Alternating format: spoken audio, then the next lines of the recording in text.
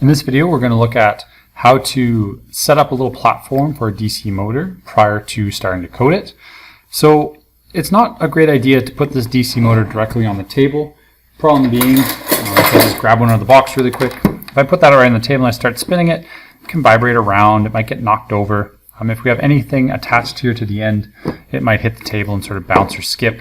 So we need to find a way to keep this heavy motor off of the table so that we can apply a little piece of tape to it so we can actually look at the rotation speed, how fast it can go, how many rotations per minute it can go. We can look at how we can use the encoder to turn an accurate amount of degrees. But to do all that, we need some kind of housing or platform to attach our motor to. So in a prior video, we had talked about the DC motor and how to attach a wheel, and we had talked about how to use the motor mount. Okay, this extruded piece of aluminum that has one side that can be tightened up.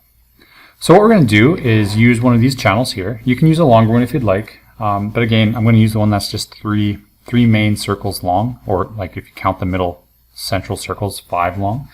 And I'm going to use that, and I'm going to place it so that the channel itself is placed down like this. Okay, so the edges of the channel are what will connect or be placed on the table for stability.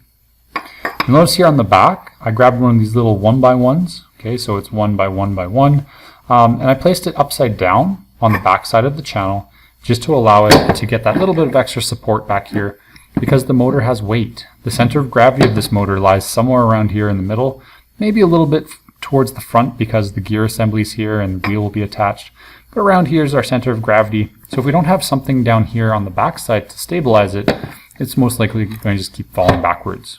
Okay, so what you're going to do, find your DC motor, find your motor mount. I will have a couple pictures below this video, but you're going to attach your motor to one of these channels. Okay, so again, I have the channel upside down, and then I'm going to ask you to use some kind of channel on the back here. It could be just even an L bracket, it could be another section of channel, like a full length channel. It's up to you. Come up with an idea to keep this motor nice and stable on the table, so when we start coding it with our controller, it doesn't bounce around. One little point to take into account here, if I take 2 channels like this and I try to attach them, it's very hard sometimes to screw them together. So one nice feature about this hex driver, you can slide it through the holes. Okay, so you can see I can slide it through.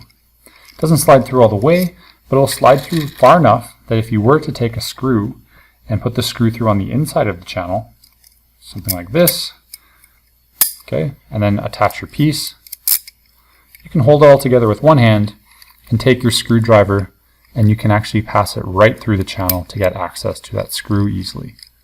If you choose to do this backwards, you can have the nut on the inside, at which point I would recommend using one of your wrenches, okay, your longer wrench, to hold the nut in place to hopefully get a nice tight screw there. Okay, so just little points to consider. Go ahead, make your own construction, take a picture of it, and share it in our group channel.